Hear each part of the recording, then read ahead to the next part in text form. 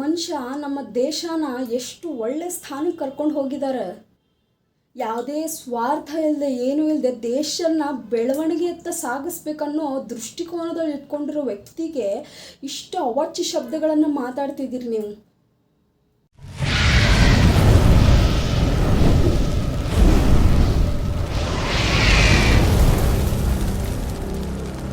Hi ಎಲ್ರಿಗೂ ನಮಸ್ಕಾರ. ನೀವು ನೋಡ್ತಾ ಇದ್ರಿ ಸ್ಪೀಚ್ ಸ್ಪಾರ್ಕ್. ನನ್ನ ಹೆಸರು ಸುನೀತಾ. ಇವಾಗ ಮೋದಿ ಅವರು ಡೈಲಿ ಆಗಿರ್ಬೋದು, ಆಮೇಲೆ ಇನ್ಫಾರ್ಮೇಷನ್ ತಕ್ಕಂಗೆ ಯೂತ್ಸಿಗೆ ತಕ್ಕಂಗೆ ಬಹಳ ವಿಡಿಯೋ ಮಾಡಾಕತ್ತಾರ. ನಿಜವಾಗ್ಲೂ ಇಂಪ್ರೆಸಿವ್ ಅಂತ ಹೇಳ್ಬೋದು. ಆದರೆ ಇಲ್ಲಿ ನೆಗೆಟಿವ್ ಕಮೆಂಟ್ ಏನು ಬರತ್ತೈತಂದರೆ, ಮೋದಿಯವ್ರು ಏನು ಇವಾಗ ಭಾಳ ವಿಡಿಯೋ ಹಾಕಾಕತ್ತಾರ, ಭಾಳ ಅಪ್ಲೋಡ್ ಮಾಡತ್ತಾರ, ಭಾಳ ಒಂದು ಅಪ್ಗ್ರೇಡ್ ಆಗಿದ್ದಾರೆ ಇವರು ಅಂತೇಳಿ ಭಾಳ ಮಂದಿ ಮಾತಾಡತ್ತಾರ. ಇದೇ CJP ಅವರು ಪ್ರೊಟೆಸ್ಟ್ ಮಾಡ್ತಿರುವಾಗ ಮೋದಿಯವ್ರ ಕಡೆಯಿಂದ ಯಾವುದೇ ಒಂದು ರಿಪ್ಲೈ ಬಂದಿಲ್ಲದೆ ಇರೋ ಒಂದು ಸನ್ನಿವೇಶದೊಳಗೆ ಮೋದಿಯವರು ಸುಮ್ಮನಿದಾರ, ಅವ್ರು ತಪ್ಪೈತಿ ಅದಕ್ಕೆ ಸುಮ್ಮನದಾರ ಅಂತ ಹೇಳಿ ಆ ಒಂದು ಪಕ್ಷದವರು ಆಗಿರ್ಬೋದು, ಸಾಮಾನ್ಯ ಜನರು ಆಗಿರ್ಬೋದು ಭಾಳ ಮಾತಾಡಿದ್ರು. ಇವಾಗ ಪ್ರತಿಯೊಂದು ಇನ್ಫಾರ್ಮೇಷನನ್ನು ವಿಡಿಯೋ ಮೂಲಕ ನಿಮಗೆ ತಲುಪಿಸಕತ್ತಾರ, ನಿಮಗೆ ತಡ್ಕೊಳ್ಳೋ ಶಕ್ತಿ ಇಲ್ಲ, ಉರಿ ಆಗತ್ತೈತಿ ನಿಮಗೆ ಬಗ್ ಅಂತ ಹೇಳಿ. ಒಬ್ಬ ವ್ಯಕ್ತಿ ಸೋಷಿಯಲ್ ಒಳಗೆ, ಸಮಾಜದೊಳಗೆ ಏನಾಗತೈತಿ, ಒಂದು ಖುದ್ದಾಗಿ ಒಂದು ಪ್ರೊಟೆಸ್ಟ್ ನಡೆಯತೈತಂದ್ರೆ ಯಾವುದೇ ಒಂದು ಹೋರಾಟ ಆಗಲಿ ಶಾಂತಿಯುತವಾಗಿ ನಡಿಬೇಕನ್ನೋದು ಎಲ್ಲರ ಆಶೆ ಇರ್ತೈತಿ. ಆ ಒಂದು CJP ಪಕ್ಷದವ್ರು ತೊಗೊಂಡು ಪ್ರೊಟೆಸ್ಟು, ಆ ಒಂದು ಥಾಟ್ ಏನೈತಿ, ನೀಟ್ ಎಕ್ಸಾಮ್ ಲೀಕ್ ಆಗಿರೋದಕ್ಕೆ ಮತ್ತು ಆ ಒಂದು ಸ್ಟೂಡೆಂಟ್ಸ್ ತೀರ್ಕೊಂಡಿರೋದು, ಆ 21 ಸ್ಟೂಡೆಂಟ್ ಸೂಸೈಡ್ ಮಾಡ್ಕೊಂಡ್ರಲ್ಲ, ಆ ಒಂದು ಹುಡುಗರಿಗೆ ನ್ಯಾಯ ಸಿಗೋಕ್ಕೆ ಆ ಒಂದು ಶಿಕ್ಷಣ ಮಂತ್ರಿ ಧರ್ಮೇಂದ್ರ ಪ್ರಧಾನ್ ಅವ್ರನ್ನ ಇಳಿಸ್ಬೇಕಂತ ಹೇಳಿ ಹೋರಾಟ ಮಾಡಿದ್ರು. ಹೌದಾ? ಇದೇ ಆ್ಯಕ್ಚುಲಿ ಕಾನ್ಸೆಪ್ಟ್. ಈ ಕಾನ್ಸೆಪ್ಟಲ್ಲಿ ಯಾರ್ಯಾರೋ ಆ್ಯಡ್ ಆದು, ಈಗ ಅದನ್ನು ಹೊಳ್ಳಪಸ್ ತೆಗೆಯೋದು ಬೇಡ, ಹಳೇದು. ಸೊ ಅಂಥ ಒಂದು ಸನ್ನಿವೇಶದೊಳಗೆ ಈ ಹೋರಾಟ ಮಾಡೋಕ್ಕೆ ಬಂದಿರ್ತಾರಲ್ಲ ಯೂತ್ಸ್, ಅವರು ಇಷ್ಟೊಂದು ಅವಾಚ್ಯ ಶಬ್ದಗಳನ್ನು ಮಾತಾಡೋದಾಗಿರ್ಬೋದು, ಮಿಡ್ಲ್ ಫಿಂಗರ್ ತೋರಿಸೋದಾಗಿರ್ಬೋದು, ತಾಯಿ ತಂದೆಗೆ ಮಾತಾಡೋದಾಗಿರ್ಬೋದು, ಇದು ಎಷ್ಟರ ಮಟ್ಟಿಗೆ ಸರಿ? ಇದನ್ನು ಆ್ಯಕ್ಚುಲಿ ಯೂತ್ಸ್ ಇದನ್ನು ಫಾಲೋ ಮಾಡಬೇಕಾ? ಇಲ್ಲಿ ಹೋರಾಟ ಮಾಡ್ತಿರೋದು ಬೇರೆ ವಿಷಯಕ್ಕೆ, ಇಲ್ಲಿ ಇವ್ರು ಫನ್ ನೋಡ್ತಾ ಇದ್ರು. ಅಲ್ಲಿ ಹೋದವರು ರೀಲ್ಸ್ ಮಾಡೋದು, ಆಮೇಲೆ ಅವಾಚ್ಯ ಶಬ್ದಗಳನ್ನು ಮಾತಾಡೋದು ನೆಸೆಸಿಟಿ ಇರಲಿಲ್ಲ. ಪ್ರೊಟೆಸ್ಟ್ ಏನಪ್ಪ ರೀಸನ್, ಅದ್ರ ಬಗ್ಗೆ ಪ್ರೊಟೆಸ್ಟ್ ಮಾಡಲ್ಲ. ಅವಾಚ್ಯ ಶಬ್ದಗಳನ್ನು ಮೋದಿಯವ್ರಿಗೆ ತಾಯಿಗೆ ಬೈಯೋದು ಅಥವಾ ಒಂದು ಪಕ್ಷಕ್ಕೆ ಬೈಯೋದು ಯಾಕೆ, ಏನು ಕಾರಣನ ಅದ್ರ ಬಗ್ಗೆ ಮಾತಾಡಿದ್ರೆ ಅಲ್ಲಿಗೆ ಮುಗಿದು ಹೋಗ್ತಿತ್ತು. ಸೊ ಇಷ್ಟೆಲ್ಲ ಆಗಿನೂ ಇವಾಗ ನೋಡ್ರಿ, ಯಾರು ಕೂಡ ತಾಯಿಗೆ ಬೈದ್ರು ಸುಮ್ಮನೆ ಇರಲ್ಲ. ನಮ್ಮ ಕಡೆ ಅಂತೂ ತಾಯಿಗೆ ಗಲೀಜಾಗಿ ಏನಾದ್ರು ಮಾತಾಡಿದ್ರೆ ಕಡೆದು ಬುಟ್ಟಿ ತುಂಬ್ತಾರ್ರಿ ಅಂಥವ್ರನ್ನ.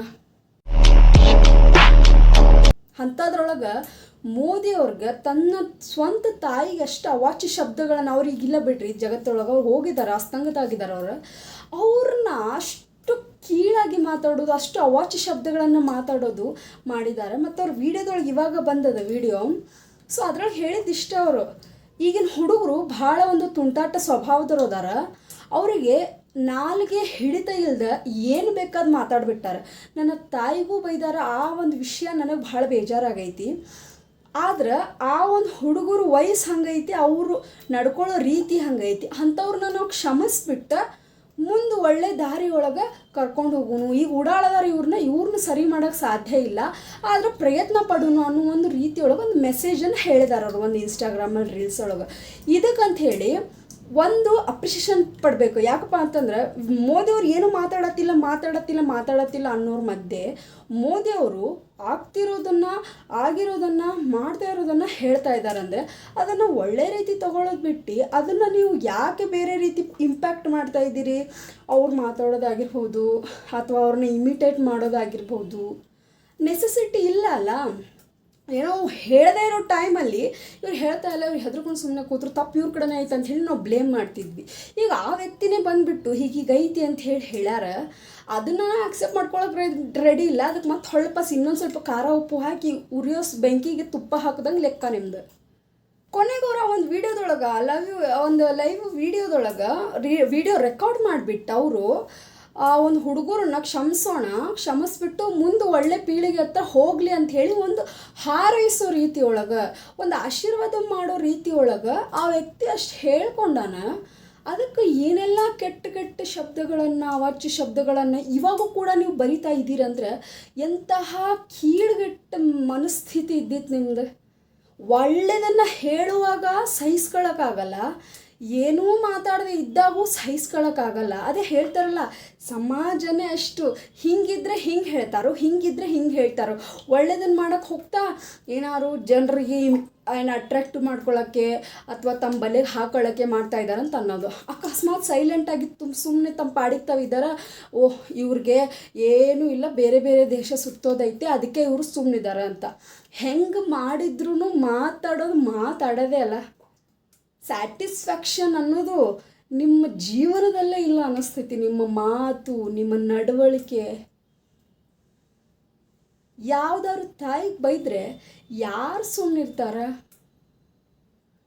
ಅಂಥದ್ರಲ್ಲಿ ಪಬ್ಲಿಕ್ಕಲ್ಲಿ ಬಂದು ತನ್ನ ತಾಯಿಗೆ ಬೈದಿದ್ದು ನೋವನ್ನು ಹೇಳ್ತಾ ಇದ್ದಾರೆ. ಆ ನೋವು ನಿಮಗೆ ಕಾಣಂಗಿಲ್ಲ. ಯಾರೊಬ್ಬರು ಕೆಲವರು ಸೆಲೆಬ್ರಿಟಿ ಇದ್ದಾರೆ, ಅವರು ಕೂಡ ಹೇಳಿದ್ರು ಅವ್ರ ಹೆಸರನ್ನ ತೊಗೊಳಕ್ಕೆ ಇಷ್ಟಪಡಲ್ಲ. ಯೂತ್ಸನ್ನು ನೀವು ಅಟ್ರ್ಯಾಕ್ಟ್ ಮಾಡ್ಕೊಳ್ಳೋ ಅವಶ್ಯಕತೆ ಇಲ್ಲ, ಡೈಲಿ ವಿಡಿಯೋ ಅಪ್ಲೋಡ್ ಮಾಡೋ ಅವಶ್ಯಕತೆ ಇಲ್ಲ ಅಂತ ಹೇಳಿಬಿಟ್ಟು ಅದನ್ನು ಕೂಡ ಹೇಳಿದಾರಲ್ಲ ಇವರು. ಇವಾಗ ಈ ರೀತಿ ಆಗೋ ಒಂದು ಸಿಚುವೇಶನ್ಸ್ಗೆ ಬಂದು ಹೇಳ್ತಾ ಇದ್ದಾರೆ, ಅದನ್ನು ರಿಸ್ಪೆಕ್ಟ್ ಮಾಡೋದು ಬಿಟ್ಟು ಅದಕ್ಕೆ ಹೊಳ್ಳಪ್ಪ ಸವಾಚಿ ಶಬ್ದಗಳನ್ನು ಮಾತಾಡೋದು, ಅದಕ್ಕೆ ಹೊಳ್ಳಪ್ಪ ವಿಮರ್ಶೆ ಮಾಡೋದು ಒಂದು ಮಾತನ್ನು, ಅದು ಎಷ್ಟರ ಮಟ್ಟಿಗೆ ಸರಿ? ಯೂತ್ಸ್ ಅರ್ಥ ಮಾಡಿಕೊಡ್ರಿ. ಒಳ್ಳೆಯದನ್ನು ಯಾರು ಹೇಳ್ತಾ ಇದ್ದಾರಲ್ಲ ಅದನ್ನು ಅಕ್ಸೆಪ್ಟ್ ಮಾಡಿಕೊಡ್ರಿ. ಆ ಮನುಷ್ಯ ನಮ್ಮ ದೇಶನ ಎಷ್ಟು ಒಳ್ಳೆ ಸ್ಥಾನಕ್ಕೆ ಕರ್ಕೊಂಡು ಹೋಗಿದ್ದಾರೆ. ಯಾವುದೇ ಸ್ವಾರ್ಥ ಇಲ್ಲದೆ, ಏನೂ ಇಲ್ಲದೆ ದೇಶನ ಬೆಳವಣಿಗೆಯತ್ತ ಸಾಗಿಸ್ಬೇಕನ್ನೋ ದೃಷ್ಟಿಕೋನದಲ್ಲಿ ಇಟ್ಕೊಂಡಿರೋ ವ್ಯಕ್ತಿಗೆ ಇಷ್ಟು ಅವಾಚ್ಯ ಶಬ್ದಗಳನ್ನು ಮಾತಾಡ್ತಿದ್ದೀರಿ ನೀವು. ಎಲ್ರಿ ಡೆವಲಪ್ ಇತ್ತು ಮುಂಚೆ? ಡೆವಲಪಿಂಗ್ ಎಲ್ಲಿತ್ತು? ಅಭಿವೃದ್ಧಿ ಅತ್ತ ಹೋಗಲೇ ಇಲ್ಲ. ಎಲ್ಲಿತ್ತು ನಮ್ಮ ದೇಶ? ಇವಾಗ ಯಾವ ಸ್ಥಾನಕ್ಕೆ ಬಂದೈತೆ ಅನ್ನೋದಾದ್ರು ಥಿಂಕ್ ಮಾಡಿರಿ ನೀವು. ಹೇಳ್ತೀರಿ ಏನು ಇವಾಗ ಕಾಂಗ್ರೆಸ್ಸು, ನಾ ಈಗ ಪಕ್ಷಪಾತ ಮಾಡ್ತಾಯಿದ್ದೀನಿ ಅನ್ಕೋಬೇಡ್ರಿ. ಕಾಂಗ್ರೆಸ್ಸು ಫ್ರೀ ಕೊಟ್ಟು ಎಲ್ಲ ಹೆಣ್ಮಕ್ಳನ್ನ ಬಲೆಗೆ ಹಾಕ್ಕೊಂಡು ಓಟ್ ಹಾಕ್ಸ್ಕೊಳ್ಳೋಂಗೆ ಮಾಡ್ತು. ಆದರೆ ಮೋದಿಯವರು ಯಾವುದೇ ಒಂದು ಫ್ರೀ ಆಗಲಿ ಏನಾಗಲಿ ಕೊಡೋಂಗಿಲ್ಲ. ಅವರು ಕಷ್ಟಪಟ್ಟು ದುಡಿದ್ರೇ ಇವಾಗ ಈಗ 5 ವರ್ಷ ಇದು, ಅದಾದಮೇಲೆ ಮುಗಿದು ಹೋಗ್ಬಿಡ್ತದಲ್ಲ.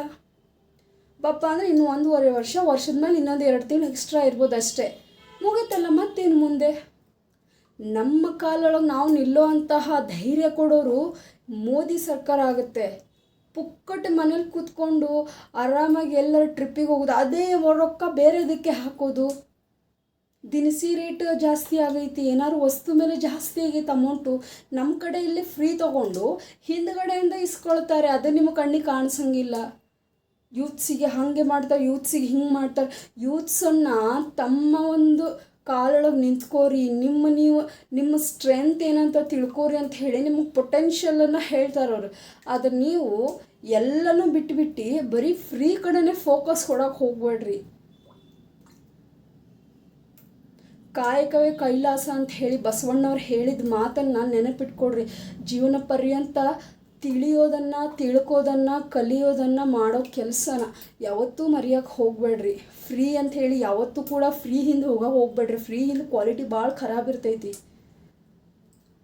ಕಷ್ಟಪಡ್ಬೇಕು ಲೈಫಲ್ಲಿ, ಅಂದಾಗ ಫಲ. ಆ ಮೋದಿಯವ್ರು ಮಾಡಿರೋ ವೀಡಿಯೋಕ್ಕೆ ದಯವಿಟ್ಟು ನನ್ನ ಕಡೆಯಿಂದ ರಿಕ್ವೆಸ್ಟು, ಯಾರೂ ಕೆಟ್ಟ ವರ್ಡ್ಸನ್ನು ಯೂಸ್ ಮಾಡಿಬಿಟ್ರೆ, ನಾ ಹಿಂದಿನ ವೀಡಿಯೋದೊಳಗೂ ಹೇಳಿದೆ, ಅವ್ರಿಗೆ ರೆಸ್ಪೆಕ್ಟ್ ಕೊಡೋದು ಬೇಡ ರೀ. ಅಟ್ಲೀಸ್ಟ್ ಅವ್ರ ವಯಸ್ಸಿಗಾದರೂ ರೆಸ್ಪೆಕ್ಟ್ ಅನ್ನೋದು ಕೊಡ್ರಿ. ಇಷ್ಟು ಕೆಳಮಟ್ಟಕ್ಕೆ ಇಳಿಯಕ್ಕೆ ಹೋಗಬೇಡ್ರಿ. ಸೊ ಇದು ಈ ಒಂದು ವಿಡಿಯೋದು ಮುಖ್ಯ ಉದ್ದೇಶ. Respect all peoples. ಎಲ್ಲ ಮನುಷ್ಯರನ್ನು ಗೌರವದಿಂದ ಕಾಣ್ರಿ. ಯಾಕಂದರೆ ನೀವು ಕೂಡ ಮುಂದೆ ಒಂದು ಟೈಮ್ ಆ ಒಂದು ವಯಸ್ಸಿಗೆ ತಲುಪೋರೆ. ಸಾಧ್ಯವಾದಷ್ಟು ಎಲ್ಲರಿಗೂ ಮರ್ಯಾದೆ ಕೊಡೋದು ಕಲೀರಿ. ಇಷ್ಟು ಹೇಳ್ತಾ ಈ ವಿಡಿಯೋನ ನಾನು ಮುಗಿಸ್ತಾ ಇದ್ದೀನಿ. ಮತ್ತೆ ಬೇರೆ ವಿಡಿಯೋಲಿ ಸಿಗ್ತೀನಿ. So thank you so much. ಒಳ್ಳೆತನಕ್ಕೆ ವ್ಯಾಲ್ಯೂ ಮಾಡಿರಿ, ಒಳ್ಳೆತನಕ್ಕೆ ಬೆಲೆ ಕೊಡ್ರಿ. ಕೆಟ್ಟ ದಾರಿ ಯಾವತ್ತೂ ತುಳಿಯೋಕ್ಕೆ ಹೋಗಬೇಡ್ರಿ. Thank you so much.